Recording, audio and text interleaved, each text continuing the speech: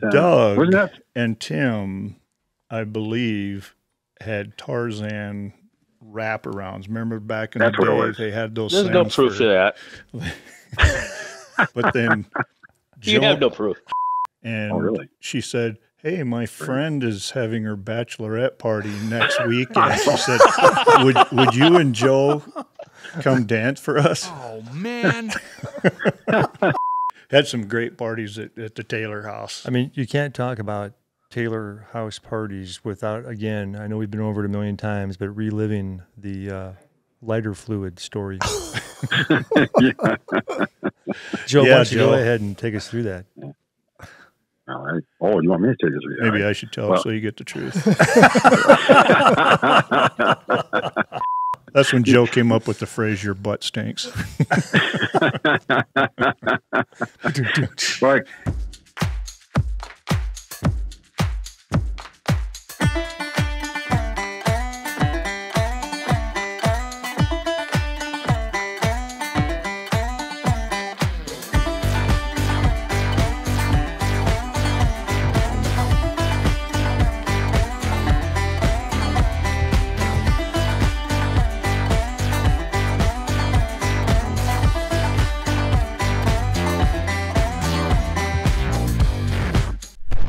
Hello, this is Jimbo from the YouTube channel Jimbo, South Dakota, and this is the Hog House Chronicles podcast. And we don't know if this one's going to be broadcast at all or not, but we've got some high school buddies, Doug Taylor, Steve Morrow. We have Joe Larson on the phone, and Tim Dennison is in Florida. We're trying to connect with him to see if this second phone will work through the mixer here. So anyway, this is just something that I wanted to do just to get the guys together. We all love reminiscing about the old days, and that's what we're going to do. So, Joe, why don't you say hi on let's see what you sound like on the phone there. Hello out there. Can anybody hear me? Yes. I'm calling from Nevada. All right. Well, these guys are going to say where they just drove from today and a little bit earlier, and then I'm not really sure how we're going to delve into memories or which memory first, but, I know. You go ahead and introduce yourselves, and then I got an idea. You want me to go first? My name is Pete Sullivan, and today there we go. Today I came from Elk Point, South Dakota, all the way to the Hog House Chronicles location, which perhaps is still classified, I'm not sure. Rural Canton, South Dakota. Rural Canton. Yeah. And before that, I'm sorry, but that's classified. And I'm Steve Morrow, direct from Eagle Lake, Minnesota. Came down today, going back tonight. Sweet. And Joe on the phone. Joe. Why don't you say where you're from? Hey, this is Joe Larson. I'm talking to you out of the town of Plankington, South Dakota. And love to be here. I'm here, but love to be there. Thank you. Thank you. Hey, I thought you were calling from Nevada. Another conversation at another time. Yeah. Well, to start this off, I remember meeting Joe for the first time in kindergarten. He had transferred from morning or afternoon class to the morning class. And I don't know. You remember that, Joe? Oh, yeah. No, I definitely remember all that. Yeah. You remember why you had to transfer? That is a conversation I got to ask my mom about. I'm not exactly sure what happened there. Let's get her on the line. Yeah, I know. Yeah. We should. Honestly, I don't recall why that was, but it worked for the best. So, I don't know. So you asked that question like you were like the answer, and you just couldn't wait to share. Oh, no, I just try to show confidence. Oh, okay, okay. Which I really don't know what I'm talking about. No, I'm not exactly sure, but I guess I'm glad that's one of those items that I'll have to ask my mom about. Now you got me curious. I remember we talking about this years ago, so I'll have to bring that up to Mom and see what she says. Is that me? I've got a beep here. I'm going to see if it's on my phone. So I've heard, I don't know, 2 or 3 various stories that no one can really claim or deny about why that transfer occurred. I mean, the first one, which we would all probably guess, is that he was just way too smart for that earlier group, and they needed to promote him to the what was it, the morning group that he went to? Yep. Came from the afternoon group? Yep. Yeah, because, right, Joe's a morning person, right? He's just much mentally sharper in the morning, and so that's why they did it, to just try to take advantage of his natural God-given skills. I was just a pain in the ass. And then I remember meeting Doug Taylor. I believe it was your... You mean Pete Sullivan? 3rd grade. Yeah, that guy. 3rd grade birthday party at your house? Oh, geez. Oh, I do remember. Was that 3rd? A birthday party at the house where my mother swore after that occurred, there was no way in heck she was ever going to do that again. A house full of boys at that age, whatever that age was, I don't know, was a terror. I always thought that was the coolest party because the ice cream was just delicious. I do remember, it was something on a stick, but it was good. So. One thing I do remember is your mom had some kind of word guessing game, and we had to she taped a word on our back, I believe. I don't think it was to our foreheads, but I think it was to the back. We had to ask questions and try to figure out what the word was. I just remember that my word was woman. I was not impressed. You kidding me? You still remember your word? It's deep inside. I don't even remember the game, let alone the word. No. Wonder why mine was fart. I could believe that. Now, this was before Steve's time. He had not moved EP yet. Yes, but, that's true. The one game I remember from that party was when we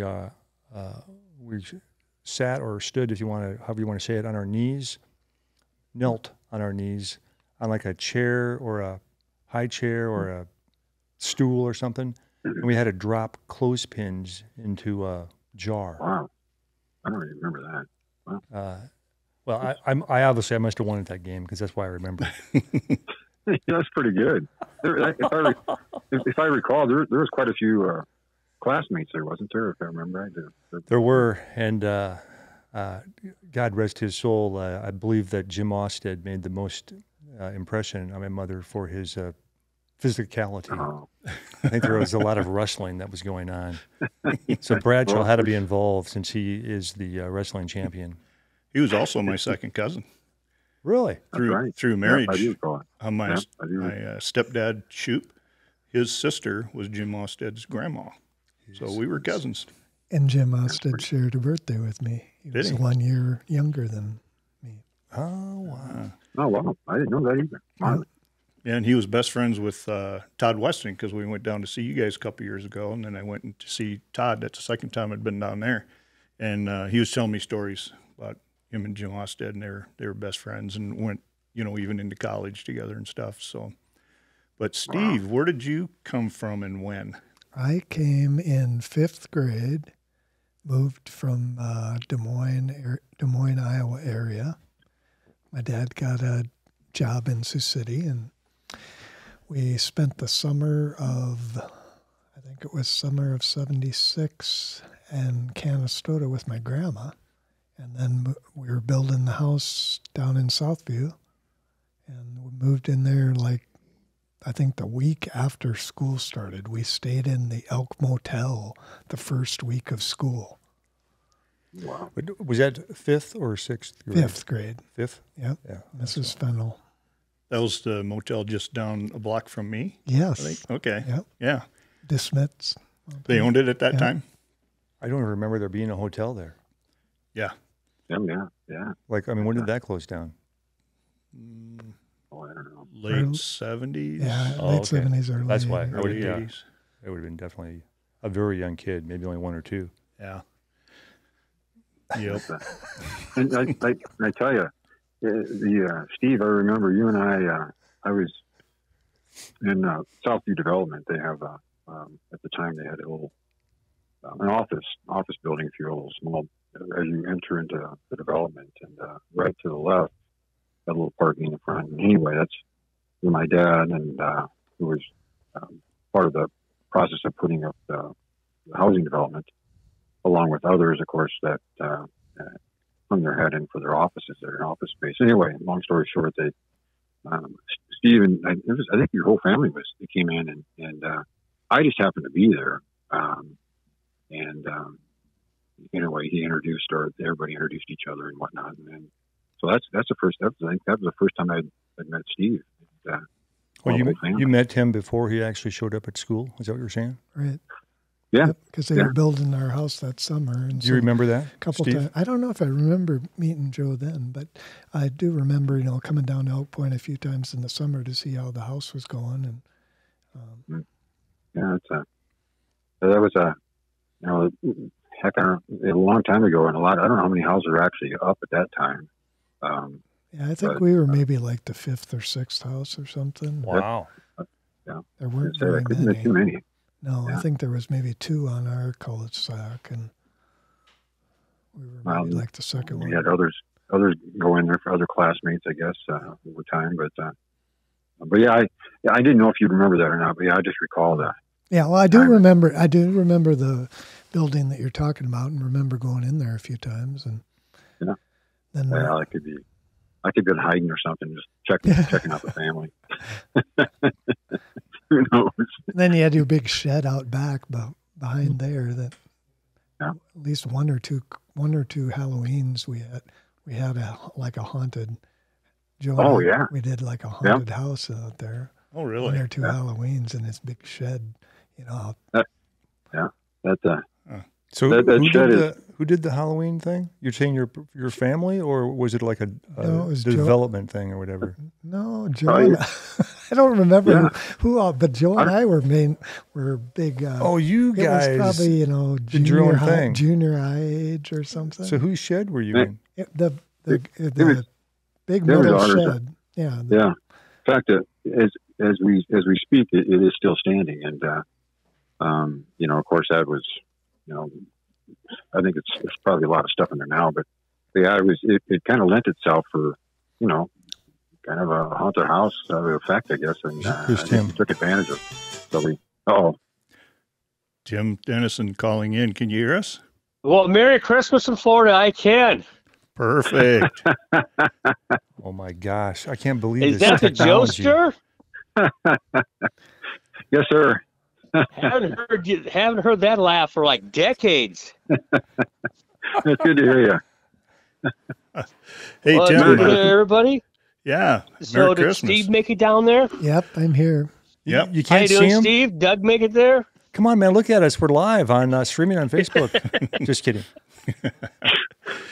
Hey, Tim, we're gonna get to you in just a second here. Steve and Joe are talking about a haunted house that they did in Joe's shed out back. So who are your clientele? Were these paying customers? Sure, all the kids from Southview. Yeah. Like a dime or a quarter a ticket. I remember when I was about that age, or a little bit older, maybe 5th or 6th, 7th grade. Dick Sheequin and I did one in their basement, and that was pretty fun. I don't think we charged anything, but we did have one kid that actually truly did get scared enough to run out of the house, and we're like, "What did we do?" I tell you, I don't know if our haunted house is. Well, hold on. I don't know. The auto shop's calling. Okay, Oh, Good afternoon. Tim, we still hear you. well, this is Marjorie from Visa. What can I do for you, Marjorie? Hey, boom, boom. There you go. Yeah. Or as Chevy Chase said on that movie, "What can I do to you? I mean, for you." Was that the Christmas Vacation one? No. That was Or Vegas? Oh, Might have shoot. been. Fletch. Oh, it wasn't There even you one of go. the vacation Yeah. ones. Okay. So is Tim disconnected from your phone there, I presume? No, he's still on. Maybe he's got two phones. I don't know. Anyway, yeah, so I remember first time I saw you, Steve, is we were sitting in our class, and we had to switch classrooms from side to side every once in a while, and you were like right up front with the group when I first saw you there. I noticed we had a new kid, and you know, schools are small. You always notice Right. there's a new kid, you know, so. And I think it was a deal where you and Joe buddied up pretty good with the Southview deal. And then Doug and I buddied up. And then Tim, when we get him back, he'll tell what age he was and when he came back. But then he and I and Doug palled around. And then I remember early high school, both the two groups unknowingly went to Vermillion at the same time. And then we met there and had pizza, you know, or we just met on the way out of town. I don't remember. I remember many trips to Vermillion. And then they said, well, hey, next time, let's all come together. Now, maybe because we wanted to be friends, maybe because we just wanted to save gas. I don't know. Yeah, I don't want to derail your path here, but I don't remember any trips into Vermillion, but I remember one in particular leaving Vermillion. Does anyone know what I'm talking about? I've got That's two the in my race head. down the, You have two? race down the highway. One involves Steve more and one involves you more. Oh yeah, the one I was remembering was mine.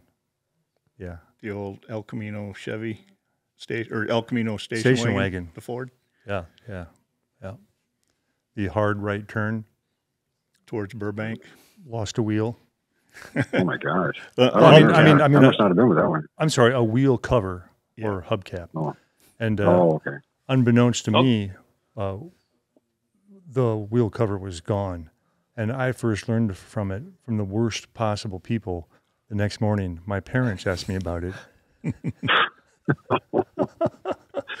I remember that ride.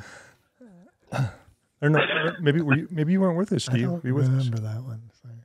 I don't remember it. It might have just been you, me, and Tim. But we were in Vermillion, and some of the Vermillion guys spotted us, Union County plates. Got chased out of town.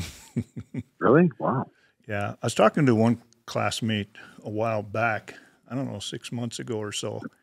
I can't remember who it was, but the guy was basically saying, yeah, that's probably, it was the Bill Rodasky Memorial Podcast. And we had Dwayne Carlson on there, who was Bill Rodasky's best friend in high school. So I think Dwayne was the one that was saying that, yeah, you're probably chased out of town by some guys in some events that we caused. So I think that's what it was. Holy cow! So what was the other event you were thinking of, Mr. Bradshaw? The other event was, tell you what, let's try to call Tim again and see if he's. I'm here. Oh, you are here. Okay. Sorry. Yeah, they could have fixed my car, so I got to take it someplace else. Okay. Wow. This is perfect. So you were hearing all the getting chased out of Vermillion story and all that? I heard that. That's when I came back in. Okay. Well, we had two vehicle stories coming from the Vermillion area. So the one, were you in the car with me and Doug in that station wagon when we lost the hubcap? No, I don't think so. Might have just been the two of us. Maybe we were on a double date. I don't remember any girls involved at that time, but I don't know, maybe. Well, I mean, they wouldn't have been in the car. We would have dropped them off, which is maybe Yeah. what got the attention. We were of- both dating Vermillion girls at the time, so maybe that was it, and maybe that's the reason we got chased out as well. So I think we just solved there you go. Just solved that. So the other one was, You said Steve was driving? yes. But anyway, we're going to have Tim, because he's involved with this next story too. So Tim, where did you come from and what age? And what are a couple things you remember when you moved to town or moved to our school? Tim? Did we lose him? Tim Dennison, are you there? The time is still clicking by, so we are still connected. Huh. Oh, call ended. Call ended. Wow. All right. Well, I even heard that. Yeah, just try to call him again, or maybe he'll call. I don't know. So anyway, we'll continue with the story. Well, I do have to interject in this one because yeah. One of the times I remember from going from Vermillion back to Elk Point was Steve was driving his LTD, and Tim. I don't know who's all with Tim, but he had, what was that car Tim had? That it wasn't a Tim. The Duster. Oh, Duster. It's his brother's car. Yeah, and that thing was so unbelievable. But anyway, the interesting thing about it was that he was, or you guys, or whoever was in the other car, I don't know if it wasn't really racing, if you will, going back. But we were in the low road, or wherever that road that, you go over the overpass, and what road is that? That comes into the low road, we called it, or the Burbank road. Yeah, that's it. Yeah. Anyway, I just recall, I think, I don't know if we were behind you guys, and anyway, Steve started passing you, of course, and in 2 lane. So anyway, the front, north and south. Anyway, the interesting thing was there was a car coming in. And anyway, I think you guys were speeding up, and Steve speeded up, and then I remember that now. I just thought that there was going to be something happening here, and but I don't know what ended up. If Steve got ahead of you guys, or whatever the case might be. But that was quite an interesting. I just remember someone did not realize that there was a head-on collision that was developing until the like nanosecond before. No, it wasn't that much. That wasn't that close. But finally, it was oh! If I remember right, I was with Tim, and he just couldn't understand why he couldn't get around you while the car was coming at us. No, here's Tim. No. How you doing there, Tim? You back on? No. Heard something. Yeah, see, we've got him on a cord, and we're inside of this metal building, so it's kind of hard to get. We had good luck with reception a little while ago. The clock's not running either, so it's like it didn't fully connect. Maybe move your phone somewhere, just even a little bit, and just try to call him. But anyway, I'm really wishing he could weigh in on this. But I'm going to hold the phone up to my head, Steve. Steve was filling us in. That helps. Good luck. It always helped with the TV antennas. You That's grab right. onto it. Did he just get a text come through? Steve told us that our reception would be better when you hold. Oh, it automatically disconnected. Well, if nothing else, text Tim and tell him if we can't connect, we will call him a little later when Joe gets off. So anyway, for the climax of the story, I really wanted Tim in on this because I even dreamt about it later. Oh. We were side by side. Steve would speed up, and he knew we had a muscle car, so we should have been able to just whoop right past. And Tim's like, come on. And then he finally barely got past, and then he looked down, and he realized he was in low 2. I remember that. I remember you telling us that. Oh, my gosh. So later on, I had a dream of the exact same way, but he and I were in a Corvette, and he's just crazy on it on why it wouldn't go, and it was in low 2. Oh, man, I was hopeful. We had Tim on for a while. I thought it would go well sitting the way it was. So was that? We're trying to figure out the timeline here, but was that? I'm assuming you must have been freshman. Yes. Okay. Yeah, I think we were freshmen. So how was the tranny after that experience? I don't know. I'll have to ask Matt. He wonders to this day why you had to get rid of that car. Wow. The other one was, remember, Joe, when we all came out to your cabin, was it Christmas? Yep. New Year's or something, wasn't it? On the river? I think it was probably New Year's. My guess probably one of the New Year's, yeah. Yeah, more likely New Year's. So all of us guys were out there. We had our normal party that we had, lots of food and stuff. But then on the way back, it was snowy. and I believe Steve had the old LTD, and I'm not sure. I wasn't in the car with you. Maybe Doug was. Well, I'm not sure which occurrence you're talking about. But are there that many? And it was a little snowy, and I was riding with Joe or something, and he's like, "Oh, this is kind of snowy. I think Steve's going a little fast." And the next thing you know, Steve is spinning with the LTD and poof into this real powdery snow. And that's where that one ended up. You know, the funny thing about that too is I remember I go, I don't think there's a road to take a right there. I just remember, it just kind of hit me like, what is he doing? And also, boom, right into the. Nice. Uh-oh. I remember there was one fishtail, and then there was another fishtail that was a bit wider angle for the setup. I'm not sure how many fishtails it took, but then we did end up going in off the right side of the road, and it was a beautiful snow for it to have occurred. Oh yeah, it was real. I mean, fluffy. if you're going to pick one, right? I mean, nothing happened to the car, right? No, not at all. I mean, it was just a lot of light, puffy white snow, and I still remember to this day. I think it was Larson who first coined the term. Was he was describing the accident when we all got off, and he went poof as he was describing this big puff of white snow that he saw go up in the air. Well, you know, and I think that's aside from that incident, the night or the I don't know if we stayed out there just the one night or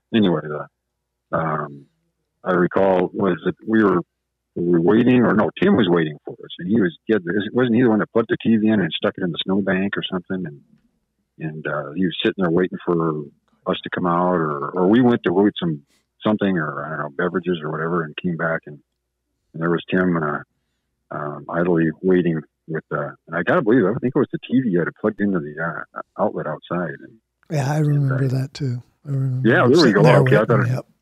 Yeah. I got phone issues myself. They're not connecting to the service out here.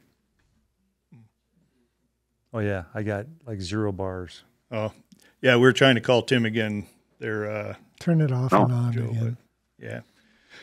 Anyway, yeah, that party, because we were headed out there, and I think you said Tim was sitting in the snowbank. Yep. And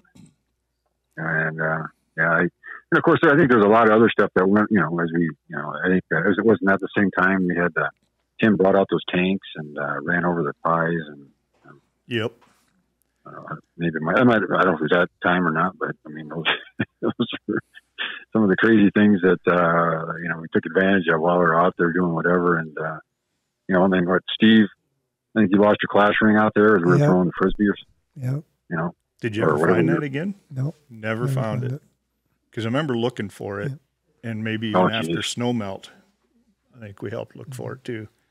Speaking of losing things, I remember when we were at the lake in Yankton, come off of a lawn chair, I dove into the water and my glasses were on. Interestingly, when I came up out of the water, my glasses were no longer on my face for some reason. And so I'm freaking out. Loser.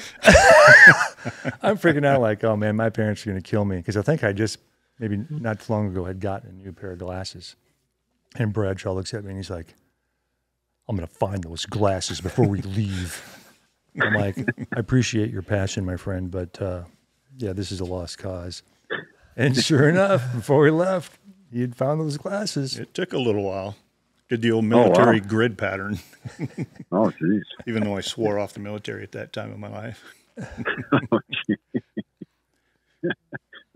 Oh, man. So you guys, so you're out off the beach there, is that right? Just in the water, just wading or something, or yeah, what was it? It was probably in about 4 foot of water, 3-4 feet of water, where I found the glasses. Oh, okay. Yeah, I think I had just come up off of the lawn chair, just ran in and dove in without thinking. Steve, did you go to Yankton with us? I think I was at Yankton a few times. Yeah. I remember one time too. Didn't we have a story with a firecracker in a car? Oh, yeah. I wasn't a part of that one. I want to hear this one. Yeah, I believe that was a white 4-door 302 Chevy Bel Air. Yeah, there was we were out at Don, I don't know what property it was, but it seemed like we were on the other. Anyway, we were out and about out in the country somewhere, right? And then we were shooting out hot-ball rockets, I think, or something. And then we got in the car. Now I think it was Tim in the back seat, or Steve and Tim in the back seat, or I know Tim was in the back seat. Yeah, I know Tim was in the back seat. I don't remember if I was or not, but anyway, and I was in the front. Of course, I was on the passenger side, and I lit one and went out the window and sucked back in the back window, and so the rest is history. All this says Tim diving and went in the back window there and went off, and boy, that was quite the event.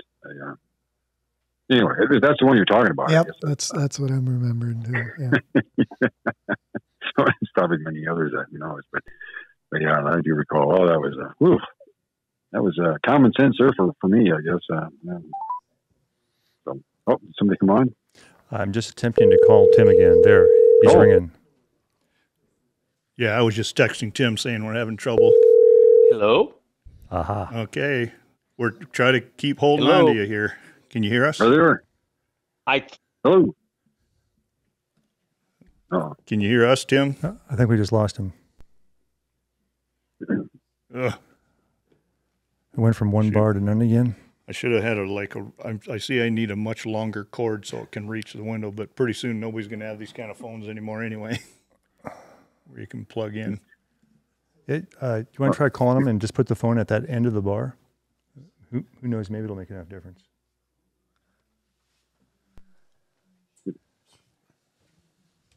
Try from over here. Hello? Hello, can you hear us? Hello? I can. That's much better.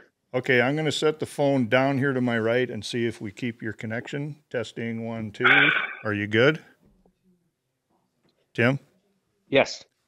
So we're good with you right now? Yeah, it sounds good. Okay, good. Excellent. Hopefully it'll stay, I should say. So Okay. we were talking about when we went out to Joe's cabin for New Year's, and you were sitting in a snowbank because you were there early. You remember that? Yes. And didn't you have like a little TV plugged into an outlet or something? I think I did. I had a little portable TV with me. I think it was plugged into the car. One of those AC is that what it adapter things. Oh, okay. I just remember just seeing this glow as we pulled up. Yeah. The person sitting in the snowbank watching. It was very angelic. probably watching a bowl game. Yeah. Probably watching a bowl game, don't you think? I think it was a little drummer boy. Yeah, I don't remember what I was watching. I'm not sure why I was even so early. That didn't make any sense to me, but I guess I got the time wrong. Yeah, and that's when you brought the remote control tanks out there and you're driving all over the tanks were food. fun. Yeah, all of the apple pie and stuff. That was pretty good. Shot fireworks. I'd forgotten about those tanks. Yes, tanks were fun. And then That's a good place. do you remember, was that the trip? Because we've been out there more than once. Was that the trip when on the way back, coming off that county road towards Burbank, and Steve started spinning and put his car in the ditch? Were you there for that? I don't remember that one. No, that might have been a different one. I just Steve remember loves one how we time- talk about the driving ones. I just remember we went out there one time and Steve lost his newly purchased Yep. clasp ring. Yeah, we touched on that also. Yeah, that was Yeah, that so I don't remember trip. how that happened, but I know Throwing we lived frisbees. for Yeah, we quite were a while. throwing frisbees. Yeah. Frisbee. That makes sense. Yeah, that's what I remember. Okay, Tim, now that we got you, go ahead and tell us your history and how you came to Elk Point, where you came from. Well, from Elk Point, I moved over. My mother was born and raised there, so we moved back in the mid 70s. I think it was 76, 75. We moved over there from Iowa, from Chatsworth, Iowa. My mom moved over to help with her parents, and then of course brought the whole family over. So that was, I think, in 75 or 76. I was a 6th grade. Yep, that was I was Just thinking. 6th grade in the bass drum. Yeah, that didn't go too well, did it? Yeah. No, that was not a good. I don't want to derail you from your story. Please decide. Yeah, but anyway, so yeah, that's what got us over there. And then went off to college up in SDSU. Then from there, I went straight to the Air Force and wound up settling down in Florida because that's where my wife is from. After I retired from the Air Force. So I'm down here near Jacksonville, actually closer to St. Augustine in St. Johns County, Florida. So that's where I'm at. Try to get home once a year to visit family and friends. And You still got that old John Deere tractor? I do. Didn't you rebuild that whole thing? I had it rebuilt. Yeah, I had when I was, where was I? In Sumter at the time. I had a guy work on it. He did an okay job. He was available. I probably should have gone to with a better person, but he was available. Did that tractor belong to Harold? No, that actually belonged to my dad. Oh, sweet. And we used it to, Wow. remember my dad was disabled, so we had to heat our house for seven or 8 years by cutting wood. So we used that to haul the wood out of the timberland that we cut down the trees. And then we had a few livestock there to raise our own meat. And then we used that for manure spreader and just to get cars unstuck in the snow and stuff like that. It was really just used around there for hauling stuff. I don't think I knew that you heated your house with firewood. Yeah, we did. So how We did actually how did that that long. work? I mean, how does the heat spread to other rooms? Well, it was not a huge house by any means. They had smallish rooms back in the time because it was built in 1895. So everyone had small rooms with high ceilings. The upstairs was not heated at all. All we had was a little floor vent, just a little grate about the size of a dinner plate. That hot air would rise up, and so would leave the stair door open to get upstairs. And we had a very efficient wood burning stove we installed, and then we just would heat it with wood, stoke it up really hot before I go to bed, and kind of keep us. Well, we all had electric blankets upstairs. There'd be times I'd wake up in the morning, and the glass of water that I had next to the window where I set it down would have a thin layer of ice across the top of it. Wow. So it's original windows, and yeah, it's just the way it was. So Yeah, kept that warm heat with the rising blankets. does not work all that well with that No. square hole in the floor and the No, door no. open. It's a nice thought, but it does not work well enough at all. It was better than nothing else. But the bottom part was really warm. Yeah. And at one point we had enough firewood cut that we could have gone 3 years without wood, because it takes about 3 years to get really seasoned wood so it burns really well. So every year we had literally a 3-year supply of wood, because it takes, you stagger it.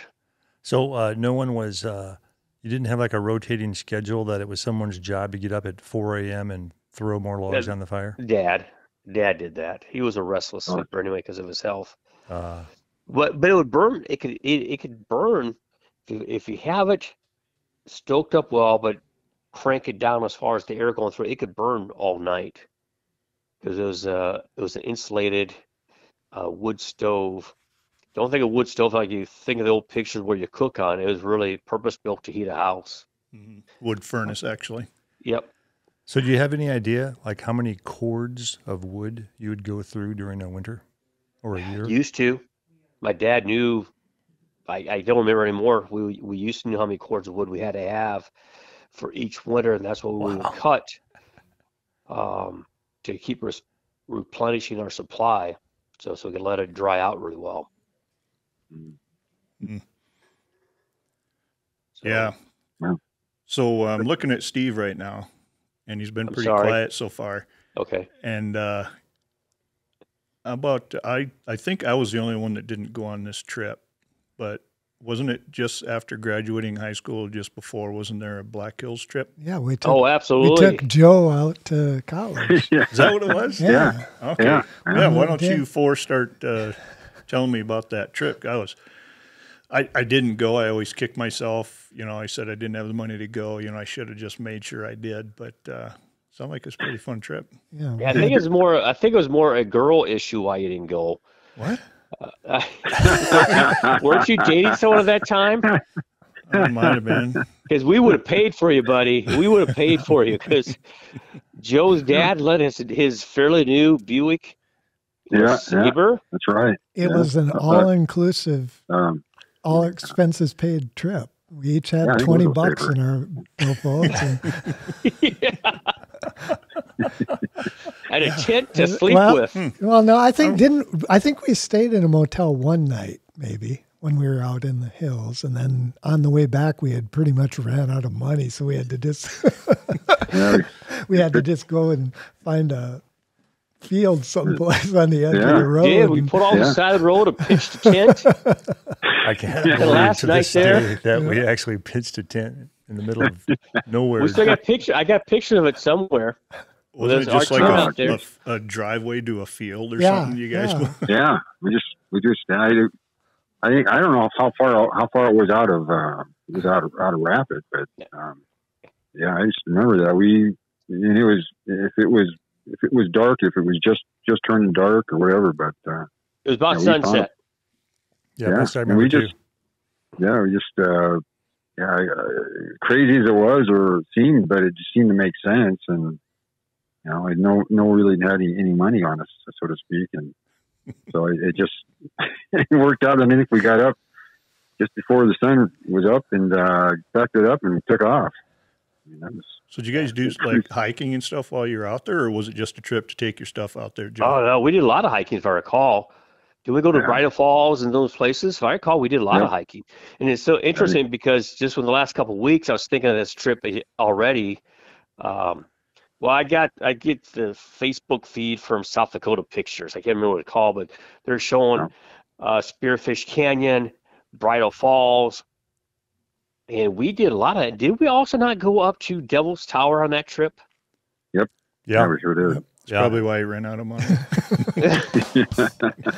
Well, of course, that was post Close Encounters, and we walked almost the entire base, didn't we? Hopping the rocks. Oh yeah, we walked around the whole base. Yeah, there's no good way to get back once you start. It's just a circle. Yeah, you just but we're just hopping those big boulders, not really staying on the sidewalk. We're just climbing our way around. No, and then we went to what's that? Royal Gorge? Was that the same trip? Well, that's in Colorado. That's Colorado Springs. Yeah. That was Canyon City. That was our Colorado trip. Yeah, that's a separate trip? Yep. Yeah, that was a separate trip. Okay. So I didn't go on that one either. Another girl. I just don't know if I remember. And that one, don't you remember? We drove through the night. The first night we left, and we drove through the night, and we stopped along the side of the road just to catch a couple hours sleep in the car. We wake up in the morning, we're camped out right next to a cemetery. Oh man! Yeah. I don't. That's why I'm so quiet. Yeah, I remember that one. Nice. Yeah, that was an awesome trip. But we had some really good road trips. But the Black Hills one, we did a lot of stuff, and we just had a lot of fun. We took someone. Rick Lundberg. With us? Rick Lundberg. That's the one. See, he was dating my sister. Maybe that's the girl thing you're thinking about. Nah. I gotta get out of this somehow. Because it had he got to come. Was that the same trip that we were driving back? It's probably Lori, wasn't it? Wasn't her name Lori? Not could have been Lori. Lori? It was Lori, right? Maybe. So many. Jim had so many former. No, definitely not. This was me. Loser.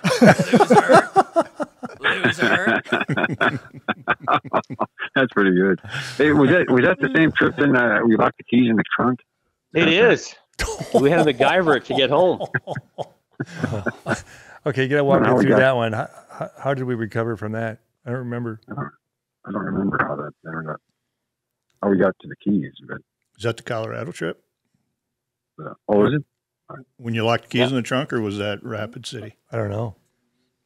I thought it was Rapid City, but I don't know. I mean, both. No, it had to have been Rapid City because Steve, for Colorado, we took your dad's diesel, right? Right. Yep. Yeah.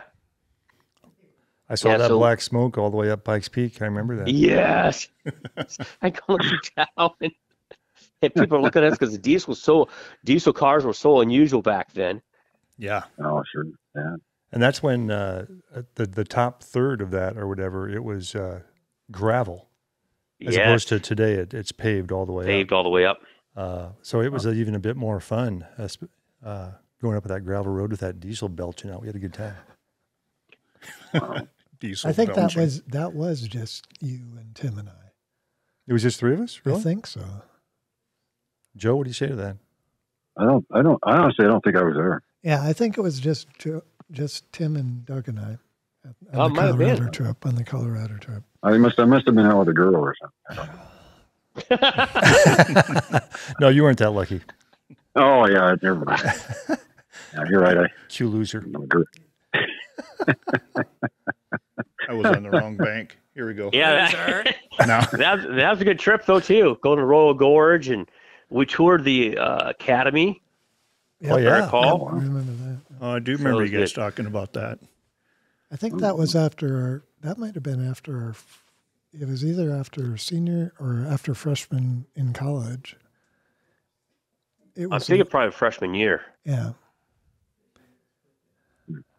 Well, Joe and Jim, were you already in the Air Force at that point? No, because I got a 2-year degree in electronics That's right. at Springfield. That's right. You went in later. Yeah.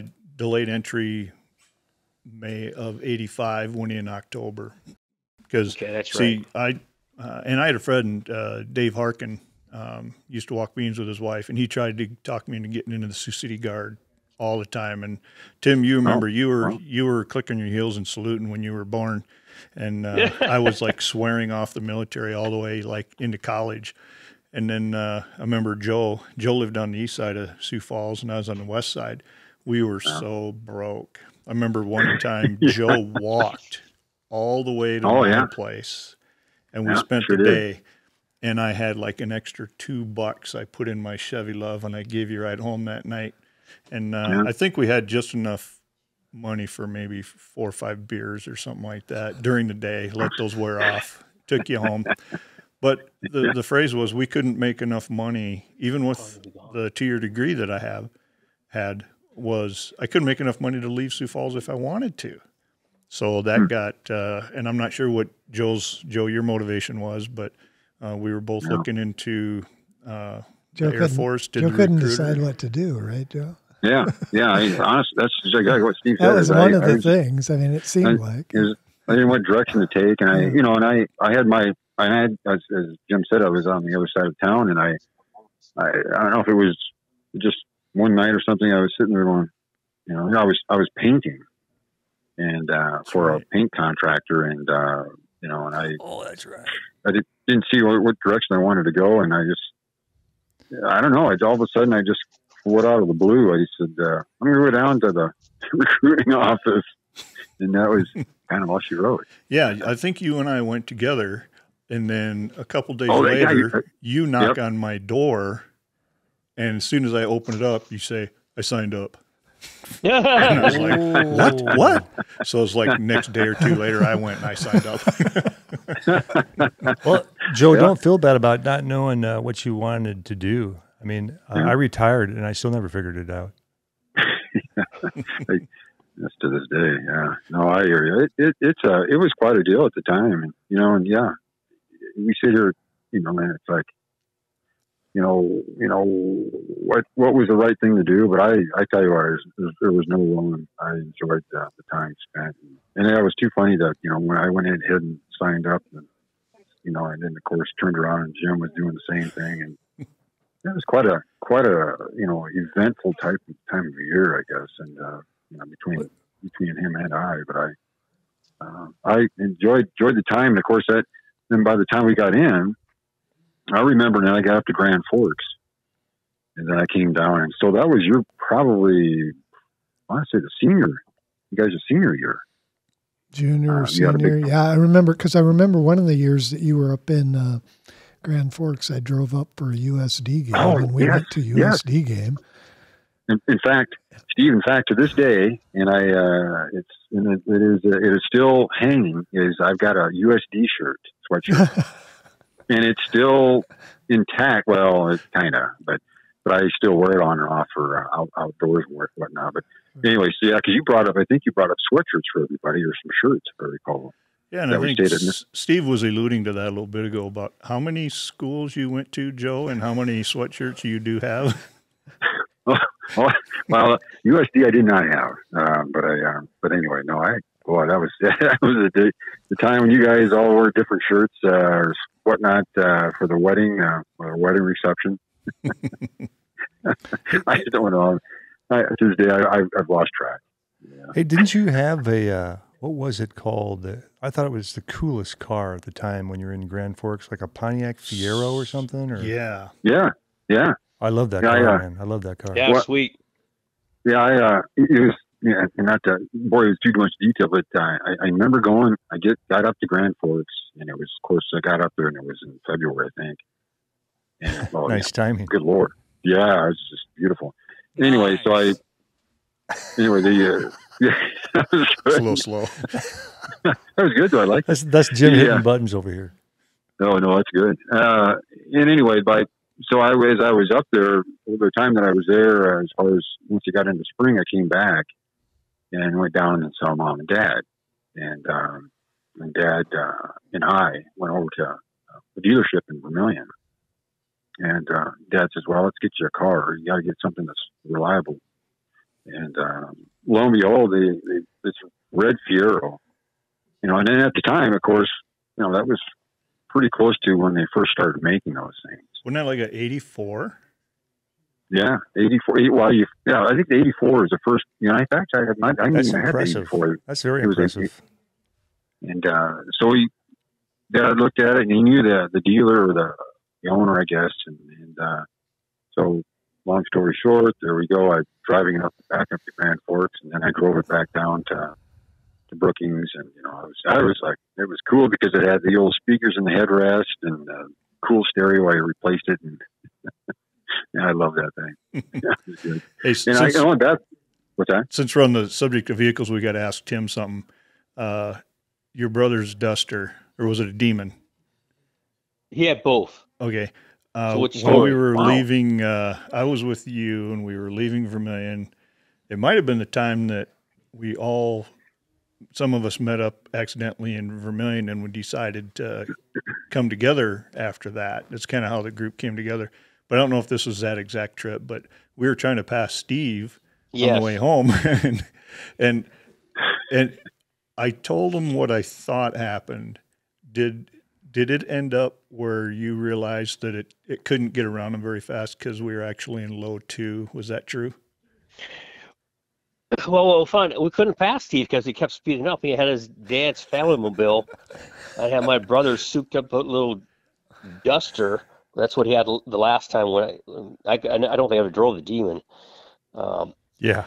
When I get home, I got to talk about I could have passed Steve on the road, particularly up on the hills. And I said, "Oh yeah, I put a shift kit in. You have to shift it manually." Oh, so okay. I was in high gear, and I couldn't shift down to low. It wouldn't downshift. It'd shift up, but it wouldn't downshift. Okay, to get the beef going. Yeah. To get it go down because I had it floored and we weren't moving.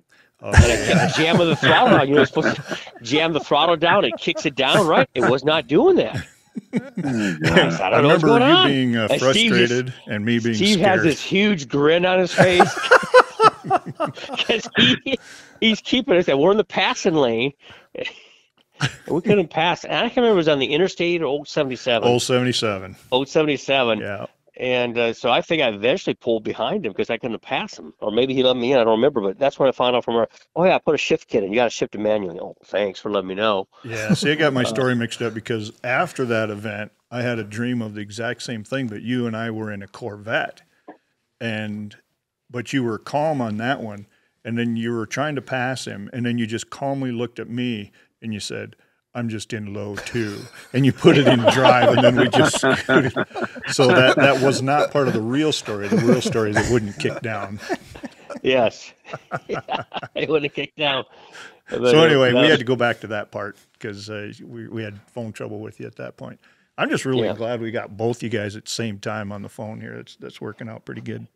Well, I guess which I have to ask you, how'd you get this to work out? I mean, I was curious if you. My mixer board here, I have one slider where you can plug in a phone, and thankfully Doug's phone is old enough to have that jack.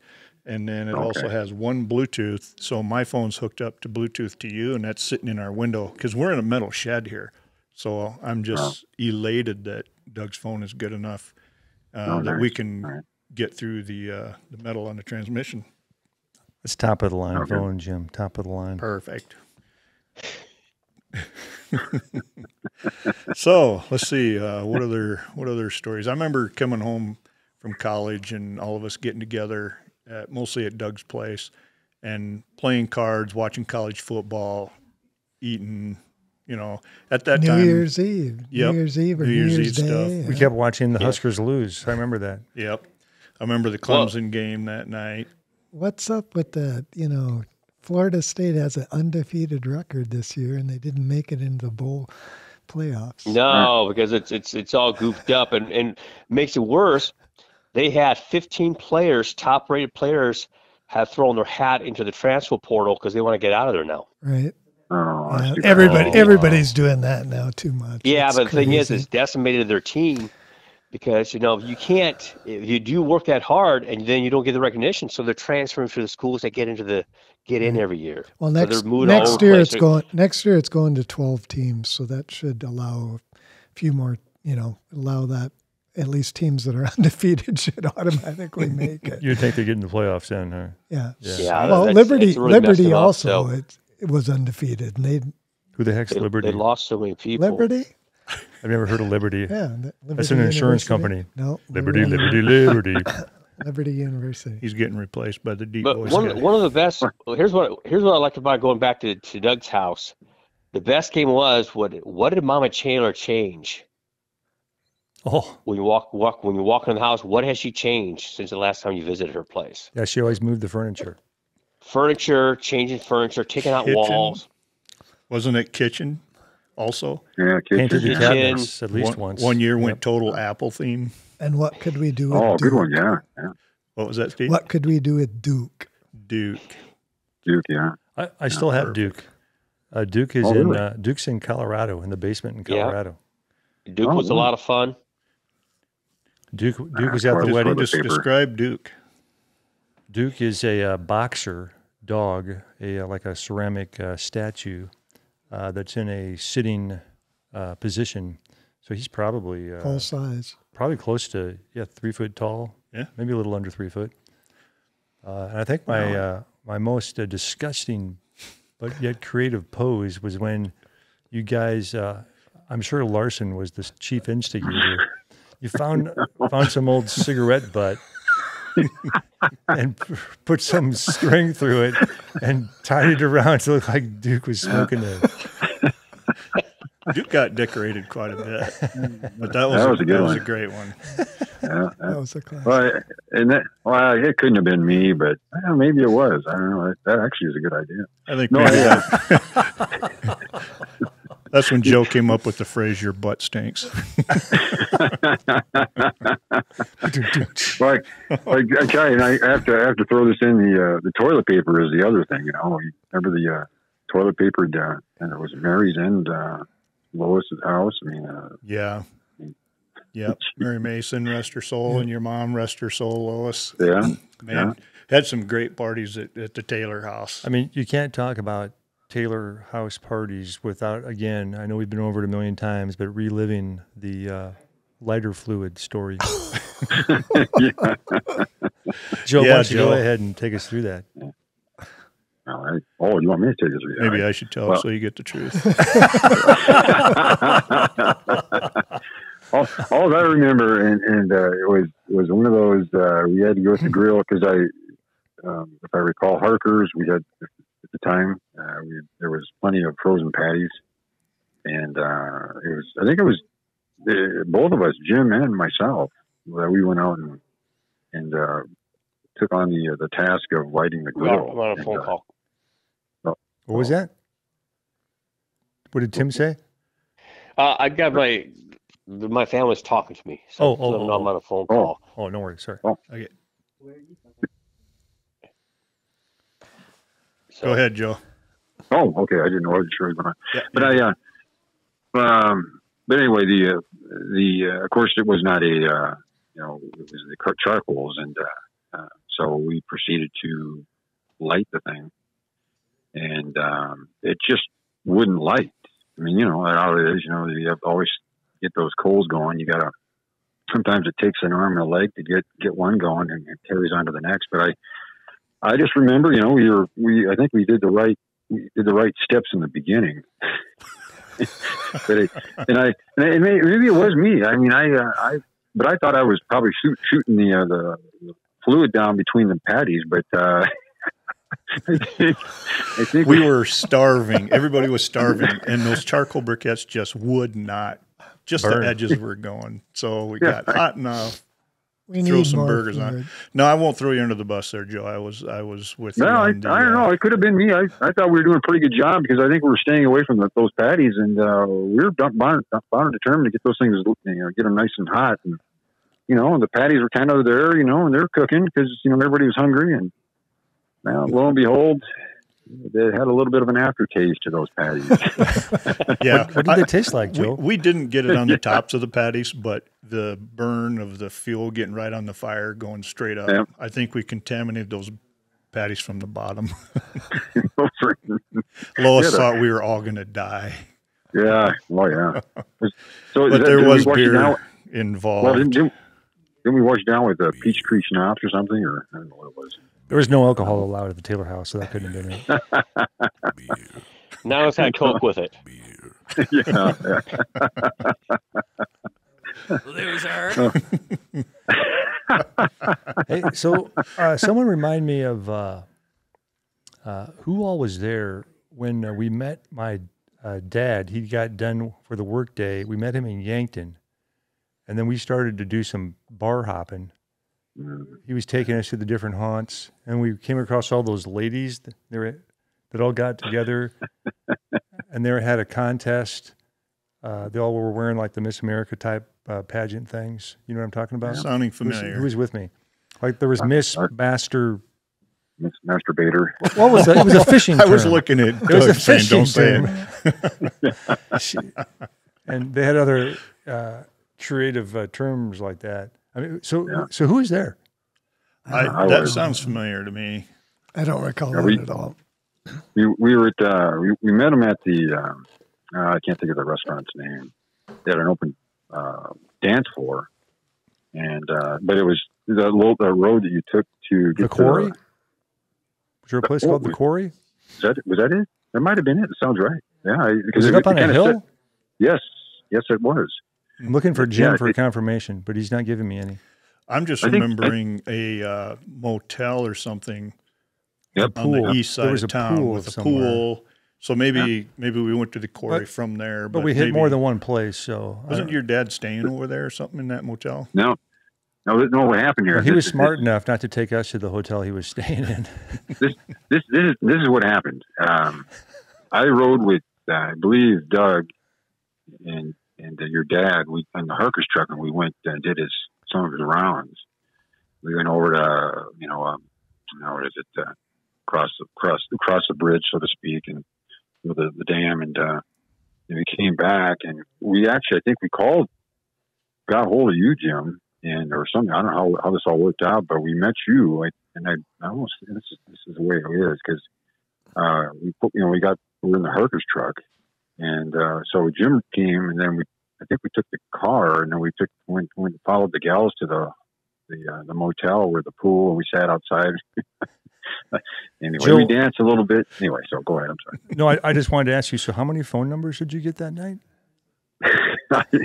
Busted. Not me. I tell you, those gals, I don't know if they enjoyed having us with them or around them.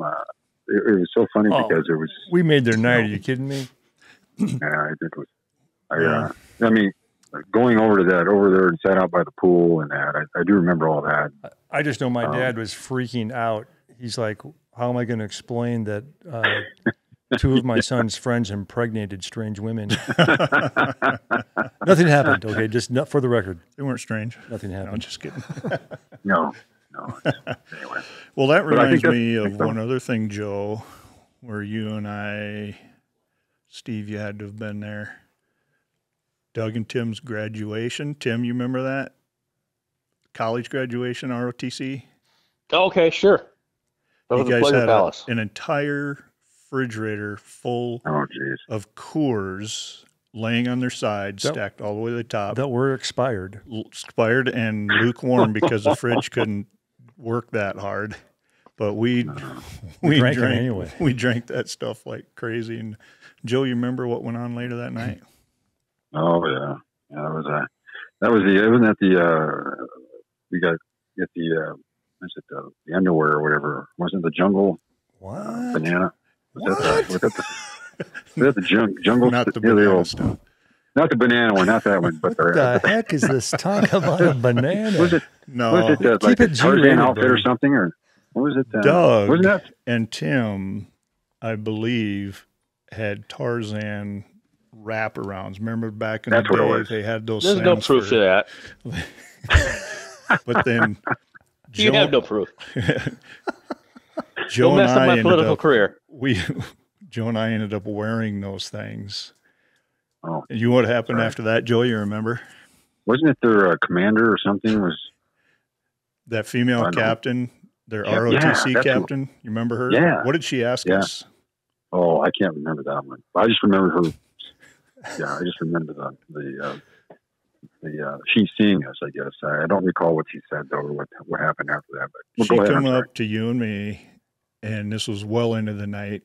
All kinds of pictures taken, and she said, "Hey, my friend is having her bachelorette party next week," and she said, "Would you and Joe come dance for us?" Oh man, who is this?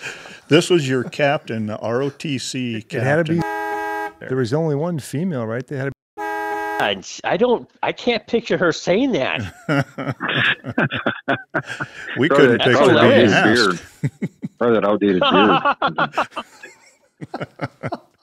See, that's why we're doing this right now. This is well, that kind of rolls right into the other story about underwear or jock straps. Know what I'm talking? Where I'm going on this? The high school jock strap story, Joe. Do you remember this story from cross country? How come Joe's the common denominator in all the undergarments? Hey, I don't know why I got caught in the middle. No, the jock straps isn't that the one we were out running with put them on our head? Yeah, we would the cornfields? About once every week or 2 weeks we'd go across the interstate and go and run out on the dunes, run out to the dunes and back. Oh. And I think it was on the way back they decided they'd I was way out front, so I just I'm hearing this secondhand. Who was that with us? So wasn't it like Lowell, Cassick, yes, and one of the Hanson? Yeah, Hanson. Todd Hanson. Todd Hanson. Yeah. So hot and how hot and sweaty did that jock have to be at that point for you to? Are you trying to tell me you carried an extra? No, they took it off and they put it on their heads. Wore it on their heads, running back to town. Man, that is so gross. Was this like your senior year? Let's say it was probably on was junior or senior. Let's say it was on the way out, so they're not so sweaty. Okay. I couldn't remember the story. I thought you just took your shorts off and ran in your jocks, but that's an element that I'll have to forget. Yeah, we don't need to think of that picture either. Delete that from the talk. Jock strap. Yeah. So you did that too, Joe? Mm-hmm. Yeah, I think I did. Really? Yeah. Except Steve out in front, but I think we were in the, and I don't know how it all came about, but it just and I don't know if you remember Lowell Cassick. Oh yeah, Lowell. He was Lowell was I think he was a good kid.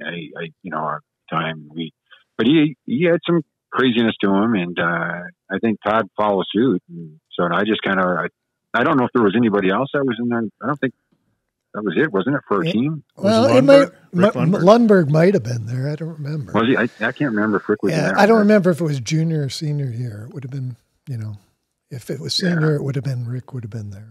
But Yeah, because he came our senior year, right? Oh, was it the senior? Okay. Well, anyway, Next story. yeah. No more underwear stories. Yeah, Joe. Oh gosh. Tim, Oh, what do you remember? Yes, I'm here. What's something you've got to bring up? Well, the first thing I got, and maybe you guys already discussed about this, the fact that our friendship has endured so long.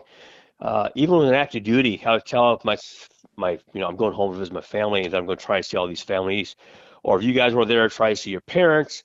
And people are just amazed that we've known each other since 6th grade, because that's when I moved over, that we're still so close together. And that's so hard to find. It seems to be rare. So all very fortunate, all very blessed that, first off, you guys took me in, because I moved over my sixth year after my first 9 weeks, I think. I think I moved over the first 9 weeks when we moved over for that fall.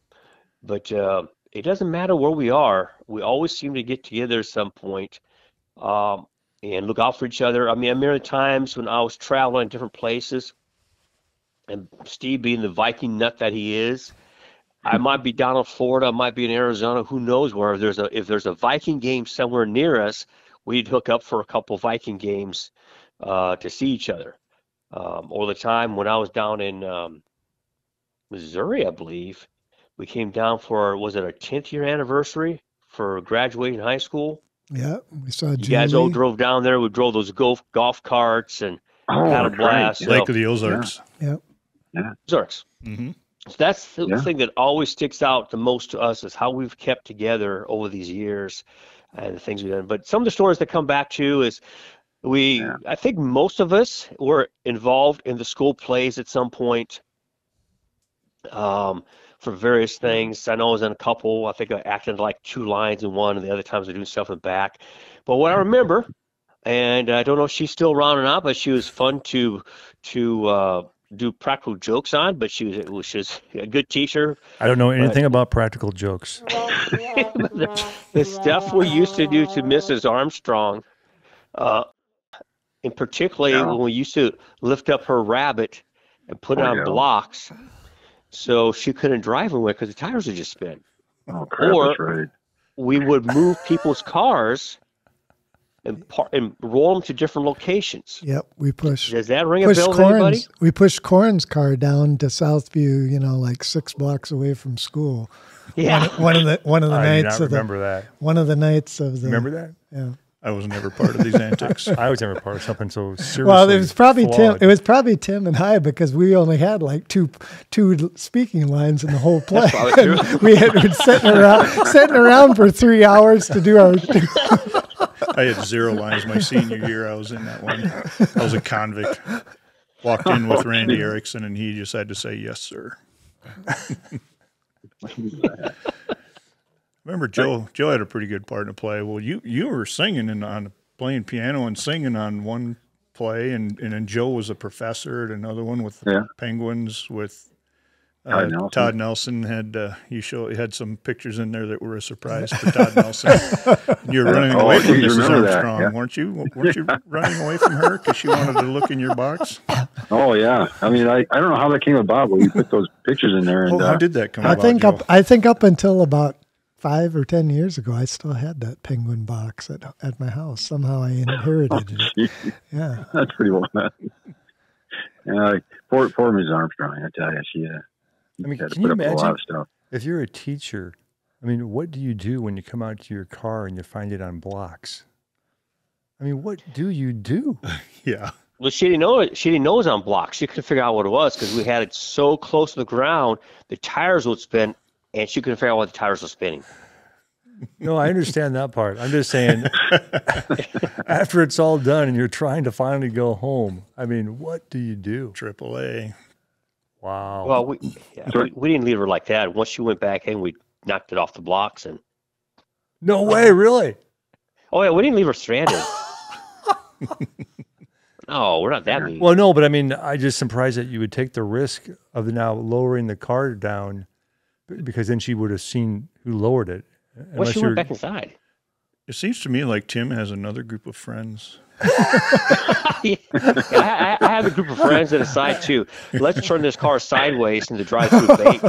Yeah, alleyway. the bank one. I remember that. That was a good one. When And then someone's what- parent was on the city council, Hey, and all I know is we'll never get caught. Larson still owes me $50. Is that right? All I remember is we were going, Yeah, they did getting out cost of me there, getting out of town. Well, whose car was it? You remember? Klunberg. Bill Klunder. Klunder, that was it, Klunder. Yeah, because they were all at the, was it the Huddle across the road or something like Yeah. that, or Paces. Paces, yeah. And he had his car parked facing the wrong way through the one way for the bank drive-through, and we were driving through to get some cash, and Tim was like, "I hate it when people do this," and he's like, "Let's get out, let's spin that car." So you take off and getting out of the car, and Doug's looking around a little bit, and he gets out, and then Joe, I think you get out. And I'm in the car with Steve, and we're looking at each other, and Steve goes, "Don't do it, man. Don't do it. Don't do it." But I did, and we were huffing it sideways. But then I could see from the pivot from the opposite side. I was like, that fender's going to hit the corner of the bank, and I was just like, wait, crunch. And I, oh shoot. Well, those guys were all on the sidewalk across the street yelling at us. Nobody would come over. Yeah. And They were just sitting there watching. so we're us. like That was some- took off. So we're like hit and run guys, and guys that barely got in trouble at all in high school. We do something stupid like that, and we're like, if we stay, we're not going to go on this trip. So we're just common decision. Boom, we were gone, and we're taking all the back roads. Tim knew all the back roads, so he's like, stay off the interstate. I got a personal visit. I'm working at Union County Fertilizer, and out there in the yard doing something, and all of a sudden the police car shows up, and it's the honking chief of police, Richard Volk, great friends with my mom, thank goodness. And so he just says, "All right, Doug, come on over here. I need to talk to you about it." And I'm thinking, you know what we need to talk about. Scared straight. So he's like, if you just talk to your buddies, get together the money to make the repairs on Klondike's car. I'm trying to make the story better because ice cream is a Klondike bar. It's just, then it'll all be okay. There you go. And so I'm still waiting for my $50 from Yeah, Larson. $50. So we all coughed up 50, and Doug coughed up 100. Wow. Oh man, Good times. I tell you, I had a hard time. At least the first full day there, I had a hard time having fun because it was in the back of my head. We're going to get our asses kicked when we get Where back. were we going? Kansas City, I think. Yeah. Somewhere down there. I don't remember that trip. Where did we Did we go to go? Worlds of Fun or something? Or yeah, we went to something? Worlds of Fun, I think. Yeah. Oh yeah, yeah. Right. What a deal. I think all the time that we were there, we were like, wondering what's going to happen. I mean, it was always in the back of our minds. Mm-hmm. So I think that it was a conversation that kind of was on and off throughout the time that we were gone. So Was that the trip where the guy was trying to set a new record in the silly silo that spins round and round and round, and then the floor drops down? Must have been. Or is that a different trip? Because That does sound familiar. And so, I've never gone because I that remember thing. the guy asking him if he wanted to do it solo or if everybody else could join him and stay in because it was going to be the breaking number. He was like, "Yeah, I don't care." oh wow, Yeah, because most people, I mean, man, round and round. I mean, I don't remember the number. For some reason, I'm thinking 40 something times in a row. Yeah, I can't do those spinning things. I didn't get in there. is that the same one that we bit into a turkey leg and it wasn't cooked? Or is that another time? I think that was another time. Were we with the girls that time, Joe? Boy, remember. Yeah, I remember. I just remember walking through, and to this day, I think of that thing. We were at, this one might have been Minneapolis or something, I think. We were up there, and we were so hungry, and we got in line for these turkey legs. We're like, ready for that. Almost like a Renaissance fair, but it wasn't the Renaissance. And we waited for these turkey legs, and we got them, but there was no place to sit. So we walked like half a mile away, and then we sit down, and I think Joe and I think you and I are the only ones that had them. And we looked at each other, and we're like, 1, 2, 3. And we bit in, and we pull back, and it was like rubber band. Just snapped back, and we're looking in there, and it's just like raw meat and sinew. Oh. So we walked all the way back. Yeah. Oh, man. Yeah, I don't eat many turkey legs anymore. Oh, golly. Yeah, lots of fun stories. I'm trying to think of, I know there's some other bigger ones that we've talked about before, but they're not coming to mind right now. You got anything, Tim? Not for our trips. We did have some good trips, but they kind of start blending in different locations. I remember the time that Joe came down to Phoenix. He moved down there. He's going to be bartender. Yeah. And he came down. He was a bartender for a while, and we had a lot of great trips down there between Joe and I, and probably Doug and Karen as well. One of my favorite memories from that time frame was his little Suzuki that he had. And we went and bought a couch for his apartment. And, of course, the Suzuki, it was a soft top, but it comes with a roll bar built in. We balanced that thing on top of the Suzuki, and literally both ends of the couch hung over the ends of the Suzuki Samurai. We tied it down. I think, if I recall, I sat in back and held on to it as we drove it back to his place. Did you buy it at Walmart? I don't know what it was. A furniture place. Are you referring to the car or the sofa?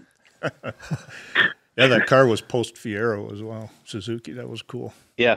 Well, it was a fun car. He called it his little Jeep. Yeah, the funny thing about that, too, is, I don't know, the manager or whatever, before we left, they took a picture of it, the store. Just to see that we were, it was actually going to work. And probably for liability purposes. Yeah. Oh, yeah, that's probably told him not to do it. Oh, yeah. It worked, though. We got it. Another vehicle thing, when Doug and Tim graduated, ROTC, they, I believe, had an agreement. They were both going to buy brand new Mustangs. Wow. Remember that? And then we're going to get different cars. What's that? I don't know if I don't remember an agreement, but we definitely different cars. So we were going to buy new cars. They were going to be new. Okay, I was thinking because we heard all these stories about people that didn't have any money like us that could still buy new. Yeah. Since they knew we were going to go active duty. Did you each have a Mustang shortly after college? Mine was not a Mustang shortly after college. No, I had a Nissan Pulsar. Oh, okay.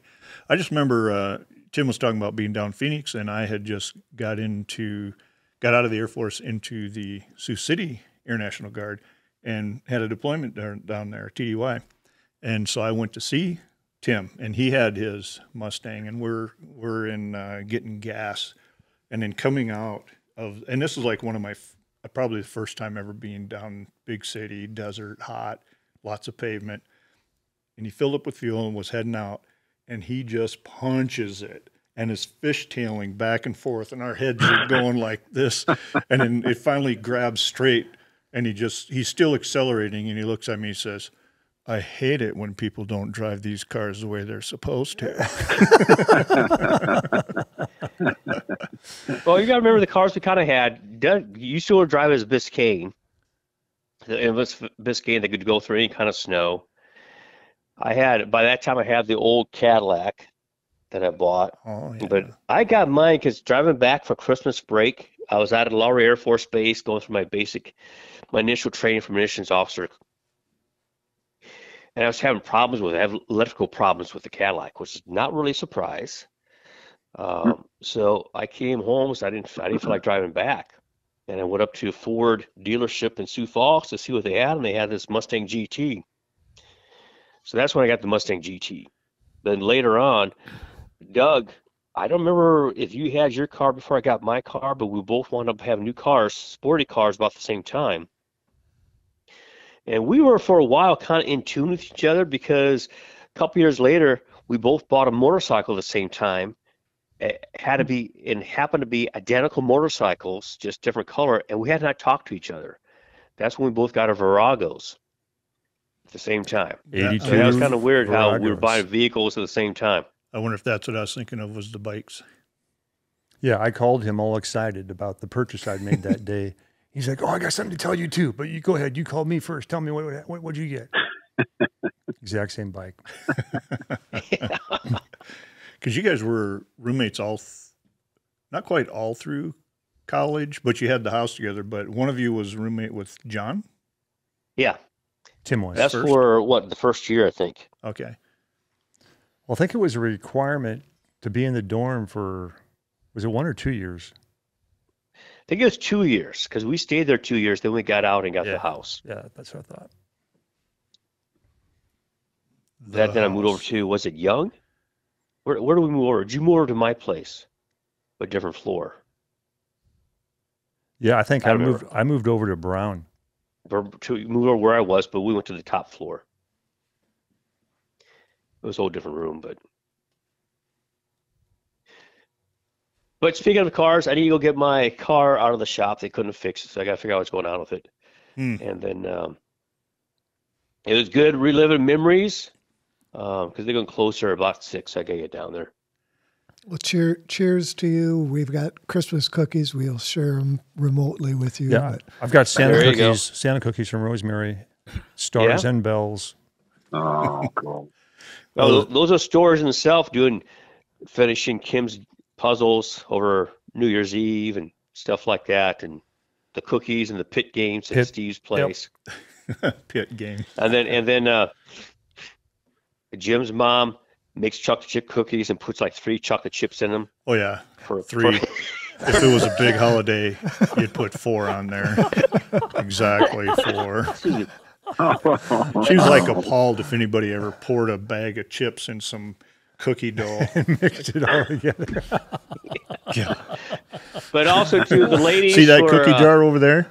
That Quaker ceramic deal? Oatmeal. That's the one that was stacked with those cookies we're talking about. Oh my God. My mom couldn't. I don't know if she knows why I talked about those cookies so much, but she said, "I thought maybe you would want this cookie jar." So I've got a reminder of that over there. We still love them just the same, but it's so comical Yeah. because they're hand placed. They weren't like mixing the batter. They're hand placed in each cookie. Yep. Wow. Yep. Standard was 4. If it was hard times, we went to 3. So I have to ask you, did Beener or BJ inherit that baking trade, or no? I don't think so. Good for them. I don't think I'm so. proud of them. They broke the tradition. Well, as I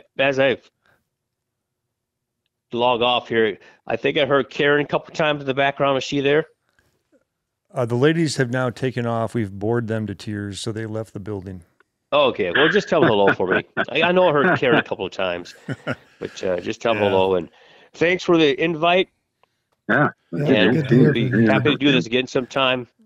Well, like you said, Tim, even if we don't see each other for years as far as getting together, whenever we do, or even just phone calls, everything's just like yesterday. So I'm sure there's a bunch of groups of friends out there like that. But, yeah, we're definitely a semi-unique group. So say hello we to are. Catherine. Say Can thank you to the Yes, family yeah. for letting us borrow you for a while. Yeah, Merry Yeah. Christmas and Take Happy New care. Year to everyone. Merry Christmas. Well, we'll talk to you guys later. All right. Okay, Take bye. care, man. Bye, Tim. Okay. Take care. Bye. Yep. Bye. I'll be Ready right back. for a break? I'm gonna take a quick break. Okay, Joe. Yeah. We're I'll let going to you go take a too, pee then. break. We can give you a call back here in a couple minutes. Oh, if you want. Yeah, that's fine. You Okay. bet. All right. All right. Talk We'll to you do that. later, Joe. Bye. All right. You bet. Bye-bye. But now my daughter in Mankato, she's got 2 Labrador mixes. Oh, those so big dogs. Yeah, Oh, they're yeah. big dogs, and they come over and harass the cat. The cat pretends like he doesn't like it, but Are you there, Joe? Yes, sir. Sweet. Can you hear me okay? Okay. Yeah. Okay. Yeah, Steve is going to drive back. He just drove here for this. He's like Superman, already said, and he's going to drive all the way back. So, but we've got permission to go for another 20 minutes. Okay. And then after he leaves, then we'll go for another 4 hours because then we're going to start drinking heavily. So this is when we hear all the stories about Tim since he's not online. Okay, Yeah. Joe, take it away. You know what this sounds like? It's kind of like Bob and Doug McKenzie. You know, they were sitting talking. Remember the duo that was on SCTV, and you know they had that album they put out.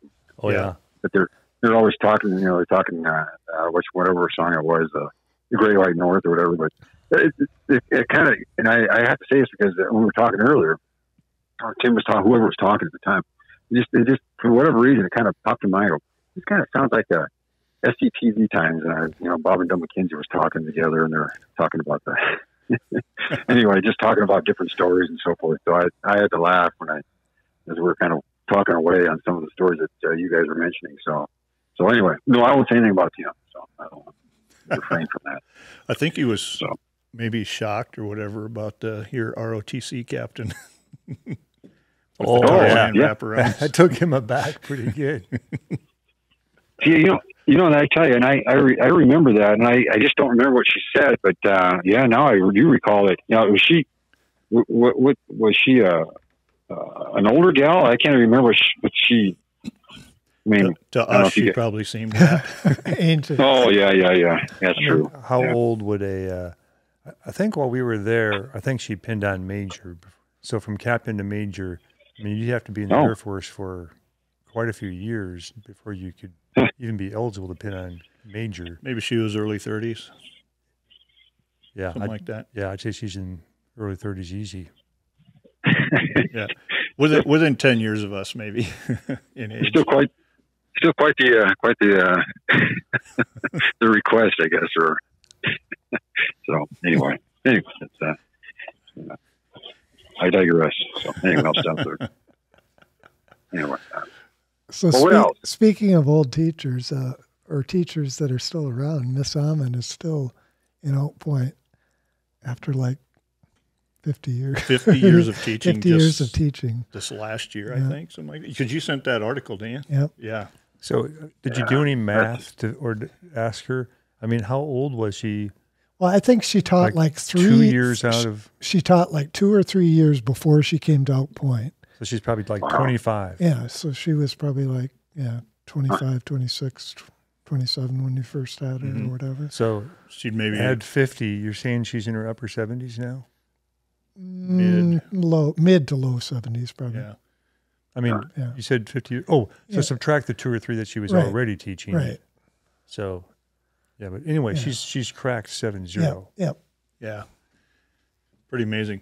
Mr. Nelson just turned 96 on the 2nd of December. Oh, is that right? Wow. Yeah. They and I've seen your brother Todd a couple times now, Joe. About a dozen years ago, I think Mr. Nelson and either Mr. Schaefer or Mr. Van der Linde, I don't remember if they came upon each other someplace in Sioux Falls. And I don't remember which of the 2 of the 3, but they basically started a coaches meeting because they were all coaches. And so they've been meeting at the West Side McDonald's on 12th Street the second Wednesday of every month at like 2 o'clock. And then I randomly got a call from Mr. Nelson. He got a hold of me through his boys on Messenger. And so I've been going to some of those coaches meetings. And Joe, your brother's been there a few times that I've seen.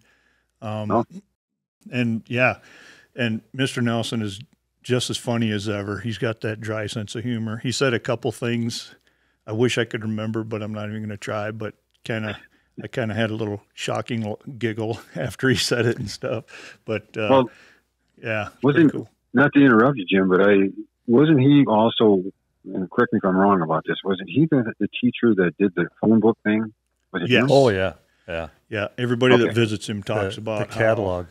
He memorized that catalog over a blizzard. You know, when we were kids, we seemed to get a lot more snow than we do now. Yep, that definitely is true. Yeah. Remember some of those years in Southview, Joe, when the drifts were as high as the single-story houses, and we'd build like forts in them and tunnels in them, and you know, because it'd come right off the interstate and come in between some of those, you know, rows of houses, and would just stack up, you know, 15 feet high, I bet. Yeah, I tell you, those are a lot of fun, though. I mean, and especially when even, you know, as far as the winter times, and even before that, I remember walking to school, and I was in another house.